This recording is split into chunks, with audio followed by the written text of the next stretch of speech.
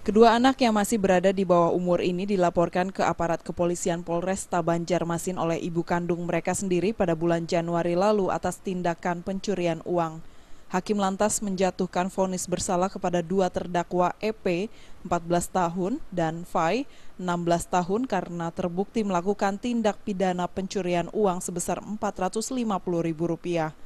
Keduanya dijatuhi hukuman 6 bulan penjara dan 1 tahun masa percobaan.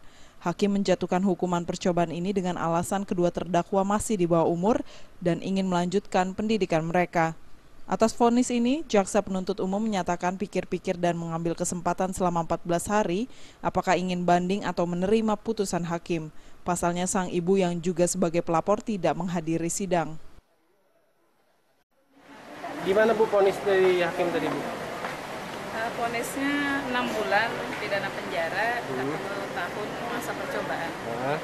Jadi mereka harus menjalani Bu, ditahan? Jadi masa percobaannya 1 tahun itu artinya mereka dalam waktu 1 tahun apabila tidak melakukan perbuatan yang melawan hukum, mereka tidak perlu menjalani 6 bulan pidana penjara. Tapi kalau mereka dalam waktu 1 tahun itu ada melakukan kejahatan yang dikenakan pasal pidana kejahatan apapun, maka 6 bulan itu harus dijalani. Usai persidangan, kedua terdakwa langsung menemui bibi mereka yang menunggu mereka di luar ruang sidang.